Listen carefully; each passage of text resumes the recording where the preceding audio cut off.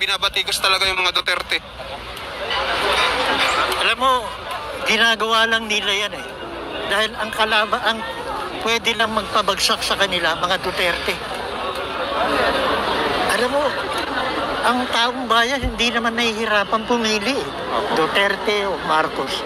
Kasi napakalayo ng ano nila. Yung kalalagyan. Itong mga Duterte, mga ano to eh, yung honest politician. Ito, mga magnanakaw, mga kurap.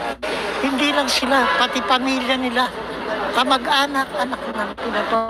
Grabe talaga ngayon, no? Wala, Tapos, ang ano ko lang, yung sa confidential fund, bakit yung Office of the Vice President lang? Dapat lahat, di ba? anak ko, ang daming, halos lahat yata. Oo nga po eh. From mayor, from governor, mayor, Oo. tapos mga senador, congressman. Puro yan. Bakit si Sara lang Oo nga po eh. iniimbestigahan nila? Yun talagang nakapagtataka. Talagang tinitira nila yung mga Duterte. Hindi, kasi si Sara ayaw nilang umabot ng year 2028 sa election. Dahil 100, sabihin na natin 95%, Sara talaga ang mananalo.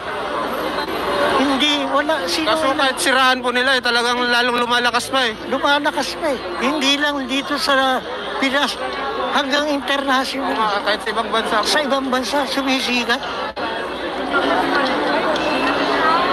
Wala silang magagawa.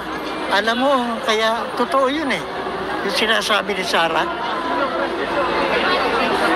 pinagplanuhan siya, patayin. Pulis pa. Oo nga po. Kaya may ano siya dito eh. Kay Peklat. Peklat. Oo nga po. Eh kung hindi lang palabas si Sara, baka madali. Oo nga po.